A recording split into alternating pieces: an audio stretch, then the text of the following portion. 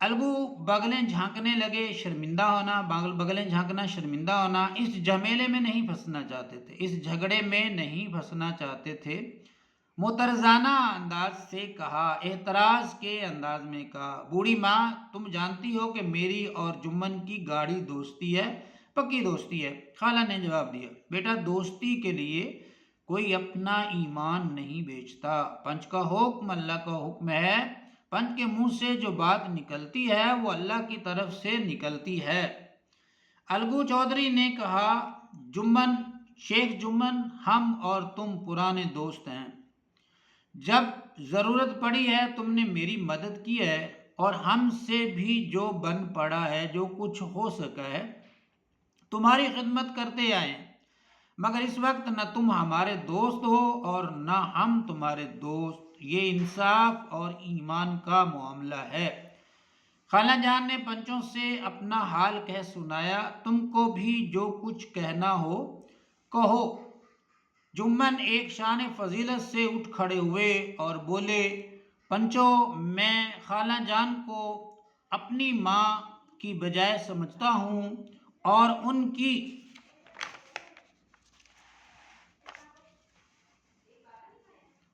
خدمت میں کوئی کسر نہیں رکھتا۔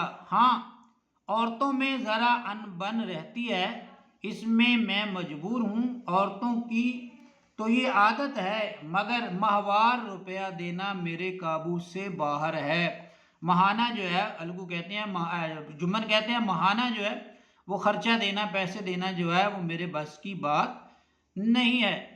کھیتوں کی جو حالت ہے وہ کسی سے چھپی نہیں، آگے پنچوں کا حکم سر اور ماتھے پر، ان کا جو حکم ہوگا وہ میں مان لوں گا۔ الگو کو آئے دن عدالت سے واسطہ رہتا تھا، قانونی آدمی تھے، جمن سے جھرا کرنے لگے، بحث کرنے لگے، ایک ایک سوال جمن کے دل پر ہتھوڑے کی ضرب کی طرح لگتا تھا، ناگوار گزرتا، ہتھوڑے کی ضرب کی طرح لگتا تھا، ناگوار گزرتا تھا۔ جمن حیرت میں تھے کہ الگو کو کیا ہو گیا ہے، ابھی تو یہ میرے ساتھ بیٹھا کیسے مزے مزے کی باتیں کر رہا تھا، اتنی دیر میں ایسی کایا پلٹ ہو گئی کہ میری جڑ کھودنے پر آمادہ ہے، مجھے ہی گرانے پر جو ہے وہ تیار آمادہ ہے۔ اچھی دوستی نبھائی۔ جرا ختم ہونے کے بعد الگو نے فیصلہ سنایا، لہجہ نہایت سنگین سخت اور تحکمانہ، جس میں حکمیہ انداز تھا۔ شیخ جمن، پنچوں نے اس معاملے پر اچھی طرح غور کیا، زیادتی سراسر تمہاری ہے، کھیتوں سے معقول نفع ہوتا ہے، مناسب نفع ہوتا ہے، تمہیں چاہیے کہ خالہ جان کے ماہوار گزارے کا بندوبست کر دو، اس کے سوائے اور کوئی صورت نہیں، اگر تمہیں یہ منظور نہیں تو ہبہ نامہ منسوخ ہو جائے گا، وہ جو اقرار نامہ آپ کے درمیان لکھا ہوا ہے، رجسٹری ہوئی ہے، اس کو منسوخ کر دیا جائے گا۔ جمن نے فیصلہ سنا اور سناٹے میں آ گیا، خاموش ہو گیا، اور پھر احباب سے کہنے لگا، احباب حبیب کی جمع ہے اور حبیب کے معنی ہے دوست۔ بھائی اس زمانے میں یہی دوستی ہے کہ جو اپنے اوپر بھروسہ کرے اس کی گردن پر چھری پھیری جائے۔